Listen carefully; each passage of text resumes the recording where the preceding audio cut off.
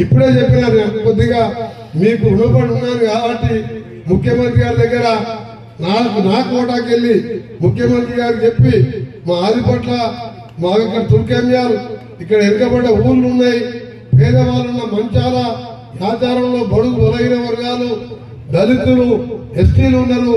తప్పకుండా ఇబ్రాహీంపట్నం కాన్స్టిట్యూన్సీకి ముఖ్యమంత్రి గారు చెప్పి ఎక్స్ట్రా కోటా కూడా ఇప్పించడం. ఇక ముందు మీ అందరికి కూడా ఒకటే పాటిస్తాం, రంగన్నతో పాటు ఇవాళ మున్సిపల్ చైర్మన్లు బాడీ అయిపోయినంత మాత్రం మీరు ఎవరు కావద్దు. వాళ్ళు మున్సిపల్ చైర్మన్ అయినా మాజీలైనా వాళ్ళ దగ్గరికి చెప్పండి, నేరుగా మా దగ్గర కూడా మా దగ్గర రండి.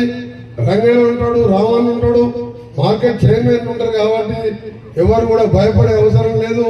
వచ్చే 4 సంవత్సరాల్లో మనం అనుకున్న కార్యక్రమాలన్నీ కూడా చేద్దామని మీ అందరికి తెలియజేసుకుంటూ ఈ రోజు ఇంకా ఇప్పుడే ఉన్నప్పుడే భోగిళ్ళ మా ఇన్ఛార్జ్ మినిస్టర్ ఉన్నారు,